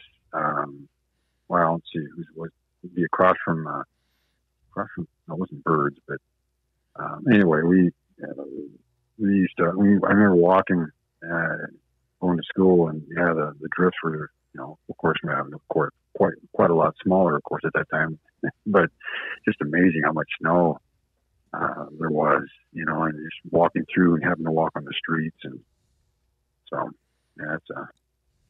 things are different. You know, snow nowadays, maybe it isn't any different. I don't know, maybe you just think of it differently. I think it goes through phases. I mean, we had over 80 inches of snow last winter up in Minnesota. So yeah, we were in like the upper 60s or so here, and I likened it to the snowstorms from way back. Right. But it seemed to be like every other year we had snows like that. Not just because we were little and now, you know, and we, you know, it seems so different that way. I think we truly did get more snow back then. Yeah, I mean, I've looked at old pictures. I mean, even when I was like a toddler, with the drifts. Oh yeah. You know, of the snow coming off a roof, and just when a I smooth was, line. I think to the ground. 68, 69, because my sister was born in 68, and I think that winter when she was a baby, they had over like 70 inches of snow by Christmas time already.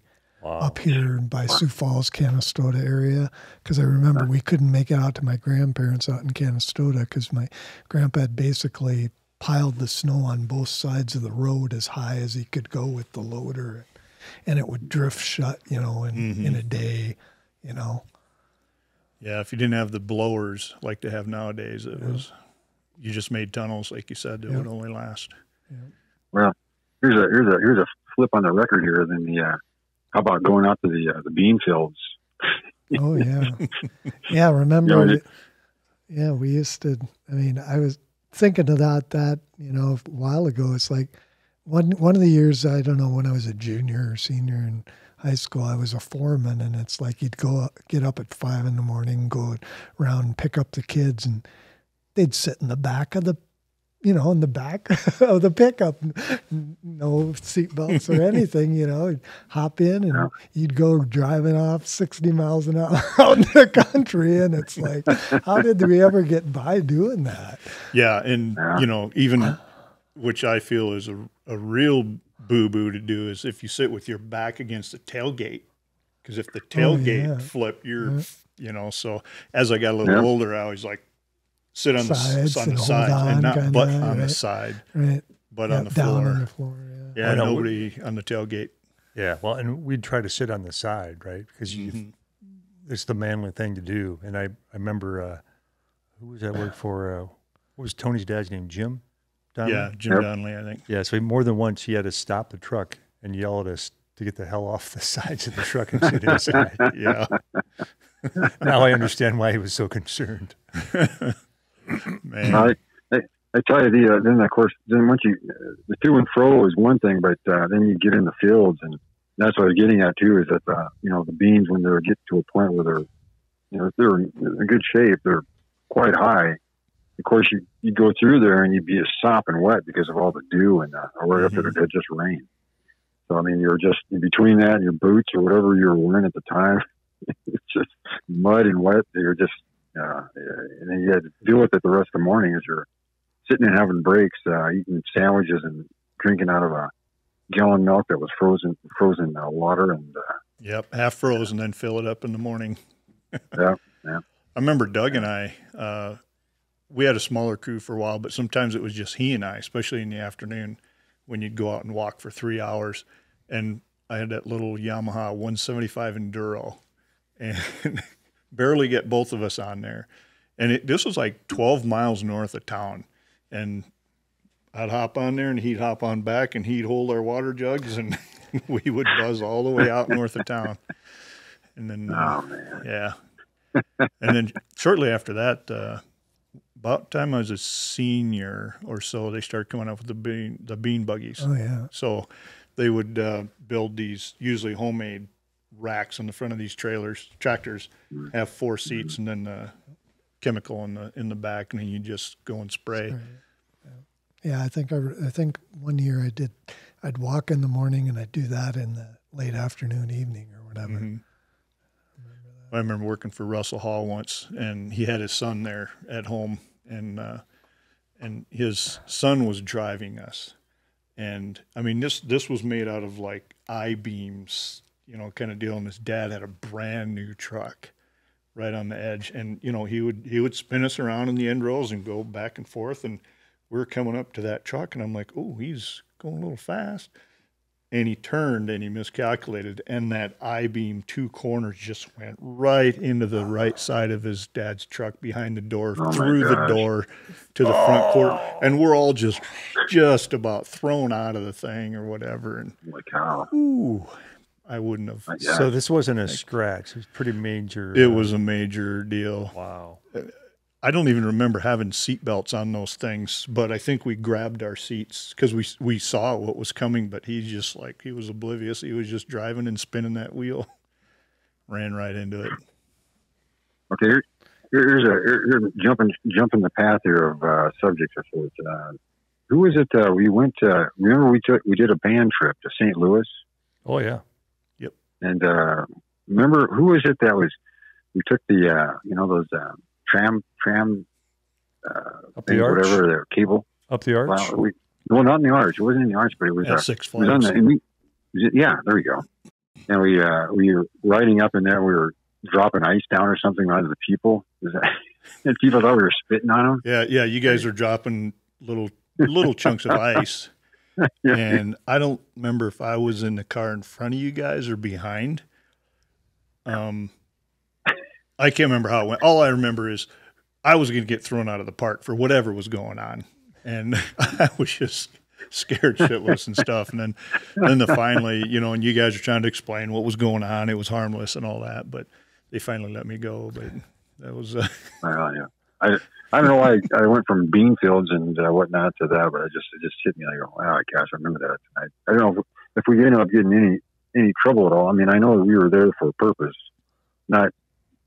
Six Flags now was, it was fun for everybody, but it was, I know we played it, if I recall, the band play in some area, or you had a concert somewhere, or I can't remember that. or did we do that halftime show with the parachute? Did we do that somewhere else besides at the USD Dome? I don't remember. We might have. Or maybe it was just concert band stuff we did at St. Louis. I don't remember. The trip I remember maybe a little bit more is the one to Atlanta, right? We went to Georgia. That was you and I as chaperone. Oh, when we were That was you chaperones. and I that chaperoned our sophomore year of, Okay. after our freshman wow. year of, because my sister was in the band that year. And so we drove the van, you and I drove the van with, 2 or 3 kids and all the percussion equipment in the back of the van. Was that Mrs. Boilard's last year? Might have been. Because there Might have wasn't been. there, I want to say Mr. Meyer or something like that. Yeah, took her it place. might have been, because So I I think think it was my right then. sister might have been kind of like we were where we had like 4 different choir directors in high school. I think my sister had like 3 or 4 different band directors in high school. Wow. But yeah, that was you and I, Doug, that drove the van and down to Atlanta for that trip. Wow, that's a trip. St. Louis is one thing, but wow. Yeah, that one I think was the same thing where we drove overnight. We left the one day like 3 or 4 in the afternoon and drove through the night and got down there. I mean, we were about falling asleep. I can by see that 6, with 7 a.m. in the morning. hired bus you know. driver with a buddy. I can see him doing that, but you guys trying to follow. I think we might have had one more person. I think there was There was one, one adult. Yeah, there was one adult. And Not that us. we weren't adults. Right. Yeah. Right.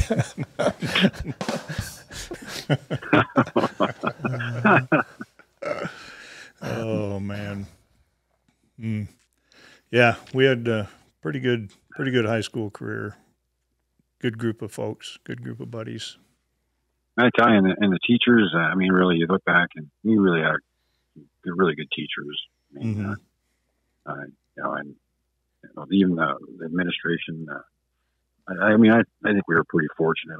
You know, you look at today's, it just, you know, to have a group that we were experienced with or involved with, you know, they put up with a lot of stuff from us too, as we were talking about earlier. But I think all in all, we had a pretty good experience in school with everybody. So, yeah, I would agree. Going to college, it was, you know, and I was really naive, you know, even compared to your average student at Elk Point there. But just going to college was just an eye opener. Even though I went to just a little 800-person USD Springfield. You started the secondary ed stuff before it was ever popular, right? Didn't you do some college classes when you were a senior? Or well, that was a story where Reaganomics. See, my dad died 6 months before I was born, so my brother Jack and I were getting Social Security, and you'd get it till you're 18. But I didn't go to kindergarten until I was 6, and my birthday's in June, so I was 18 through my whole senior year. Yeah. And in order to keep my benefits that last, you know, 5 months, well, I guess it would go in through college if you were going to college. In order to keep those, I had to be full-time college by May of 82. I was going to graduate high school by May of 82. So my mom informed me when I was at Christmas break about what was going to happen. And she took me to USD. I had to get enrolled in 12 college credits and finish my senior year at the same time. And it was horrid. Right. Now there's horrid. You know, now it's a common thing, you know, not half, but a lot of the kids now do it and get a year done. You know, there's kids that get a year or more done. Yeah. But they're taking what's called AP classes during their school. Right. So they get right. It's counts. Not double. You were doubling I was doing up. Double. You were having to do both USD and Elk Point at the same time. Every Tuesday and Thursday, I'd have to drive. Right. I had government class, a band in the morning because it was first, so I wasn't going to quit that. That was like one of my few sanities. Go to government class, and Tuesdays and Thursdays drive Vermillion. Now, Mrs. Limoges did me a favor because I had to stay full-time high school in order to wrestle. And I was hoping to go to the state tournament for the second year. And Miss Ahmann was our statistician, you know. And because I was assistant statistician. So I won't go into it too much, but there was so much stress involved. Oh, what I said about Miss Mo, she said, I will let you out of your senior English class, but whatever grade you get in college lit, that's the college you'll see on your report card here. And so she did me a huge favor with that. Oh. And Larry Miller, the band director at USD, gave me a senior music major 4-credit band lesson on trombone. So that got me from 8 credits to 12, which was minimum full-time. Nice. And I had 0 time to practice. There was so much stress involved.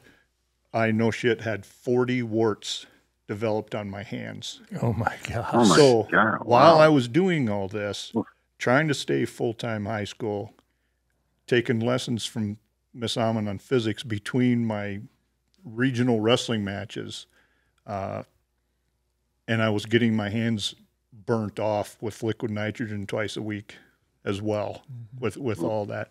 And there's very few people know that all that stuff was going on, you know. And I just remember that I knew that you had to do college classes, but I didn't remember the details about it or whatever. And like I said, it's so common nowadays that, you know, everybody does it. Yep. Yeah. So it ended up working out, and I made some good friends through that too, but I missed out on a lot in our senior year. And my sister said that during that regional wrestling tournament, she was like, you were a total asshole. Nobody could be around you, even 10 yards around you, because it was stressful. I made it to the state tournament, but and as soon as wrestling was done, I could drop senior math. Or no, I had already dropped senior math, but physics, I was just, because in 2 weeks, I went from an A to a D in 2 weeks. You know, and my whole grade point got screwed on the whole thing with that deal. But yeah, that was interesting times. I didn't think anybody remembered any of that at all. Yeah. So I remembered, like I said, I think that album, because my daughters it wasn't super popular but I mean, they took a few college classes where they'd get dual credit or whatever and got a little bit started. that's a great thing for these kids nowadays. The ones that are really powering through. Yeah. Why not? Otherwise they get bored their senior year and stuff. So. Cool. Well, Joe, we're running down on time for Steve. Like I said, I was going to drive all the way back up to the middle of Minnesota here. So what do you got for us, Joe? Glad I could make it down for the day. Glad to hear you and Joe and Tim today and talk to you guys. And don't get to talk to you as often as I'd like, but we all get busy. But like we say, when we get back together, whether it's like this or in person, it's like old times. So yeah, and if we ever did have another chance for this, we do have a fourth microphone sitting over there unused. So having 4 plus maybe one calling in, and I know Corn was involved with some of the texting with this, and she's busy this afternoon and today. But if nothing else, we'll get her a link and maybe I'll be sending this link to Mrs. Boilard. Nice. Oh wow. I do have a question, and I know as far as your podcast now, and I know this may be jumping around a little bit with this, but when did you decide that you wanted to do this? I mean, was it did it hit you one night or one day or whatever it was? Did you say this? Try this out. Well, it was early last year. I was listening to some podcasts, and a guy named Dale Brisby, he's like a cowboy comedian down in Texas, and he would do some podcasts, video podcasts, and it was mostly rodeo guys, which I'm interested in, but he would do a lot of military guys. So what I wanted to do is just buy some equipment, and I know a lot of military people. And I was going to do a lot of the South Dakota Air Guard people here, but I've been driving across the country because I was going to do that anyway. Portland and back, South Carolina and back, New York and back. April, I'm going to go to Alabama and back. I'm going to have maybe 5 or 6 podcasts on those. But yeah, it's just fun. I like the video editing. I make small videos too that put on the channel. So, but anyway, like this was not streamed. This is all going to be edited. And what I put together, all you guys are going to see first. And it's not necessarily one of the Hog House Chronicles podcasts that would go out, but I can upload it unlisted, where you can't search for it, but you can send the link. And that person could send the link if they wanted as well. But anyway. Oh, cool. All right. So once I get that all put together, if it by chance ends up being where we're okay with putting it out there, we'll do it. Otherwise, we'll just leave it unlisted or whatever, or give you guys digital copies, what have you. Corn, we got to get her. And if you get a hold of Corn, ask her about that mysterious car movement from the play. Yeah, mysterious car movement, along with Joe's mysterious penguin box. So I tell you, those are some fun times in the plays and that. Yeah. And I kind of, to be honest with you, I kind of forgot about some of that stuff. But you bring that up, and I know you got to get going, Steve. Right? It's just it brings a smile to the face. We got really lots. Does. There's lots of good stories that we didn't touch on. Some of the stretching activities for track, or bus rides back from track meets, and buns. We want buns. Yeah. I mean, and it could go on and on. I mean, I mean, what did that one summer? Weren't you and Dick Curry and I involved? Didn't we try making that one sci-fi movie that one summer? Yes. Yeah. Oh, I was involved with that. You were involved with that too. Yeah. Yeah. And I wonder the basement. What's that? Beyond the beginning of the end. Yeah. Is that what it was? Oh my gosh. So, yeah. Well, yeah, because Joe was Tara Yeah. right? It took some talking, but he actually was talking. I kind of forgot about that. I bet you have. It had to be kind of my God. emotionally jarring. Of course, I wonder if you still have the film on that stuff. That'd be kind of cool to see. Well, like I'm trying to find those cassette tapes that each of us were involved at different times when we were screwing around with music. Joe and and I stuff. used to do that occasionally, where we do cassette tapes, and we'd get together and do like fake radio shows. And, Yeah, Joe gave me his tape deck, cassette deck. It's in the garage right now. And I haven't fully tested it yet, Joe, but the lights came on and stuff. But I had cassette tapes where we had done, like some of the New Year's Eve football stuff too, and what have you. But I gotta see if I can find those, and if I can, I want to get them digitized and such. But yeah, I just figured this would be a lot of fun. Who knows? After you guys see it, if you're okay with it, maybe I would put it on the class of '82 site, and maybe some of those guys and gals would want to, do something like this, which would be kind of fun to just preserve people's stories and stuff. And that's kind of the main thing that got me going, Joe, was preserving stories. Yeah, definitely. Oh yeah, which is what a lot of podcasts are. But and I agree with you. I think to put it on, especially the class site. I mean, I've got a lot of people do. They start reminiscing. I remember that happened. I do remember, or something, whatever. But then all of a sudden they're starting to go. It's kind of fun to sit down there and talk about. Then, of course, there's stories that will stay private that people have, I'm sure, but probably more so than our group. We were pretty well behaved overall, except for putting teachers' cars on blocks. And I had no idea. I had no part of that. No idea. Yeah, I don't think I was part of that either. I don't think so. I don't think we were strong enough to be part of that. Yeah, that's true. I wasn't even. All right. Tired. Well, thanks for taking time, Joe. I know you had some business meetings that were postponed because of the weather. That worked out good for us because you're closer to the weather than we are, and you're closer in central South Dakota there. Steve's going to drive back tonight. What's that, Joe? No, I just say their weather really put a kibosh on a lot of things.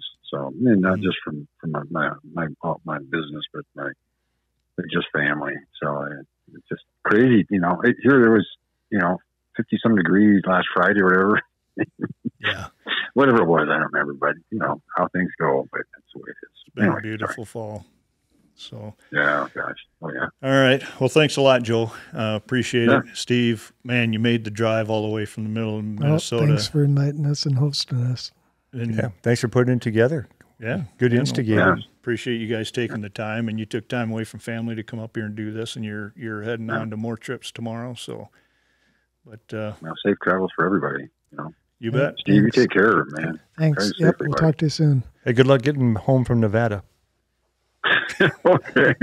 Hold on, before I go, what was your name again? Pete Sullivan. Okay. I got to go back and see if that's true or not. I don't remember. I busted your identity anyway. So, all right.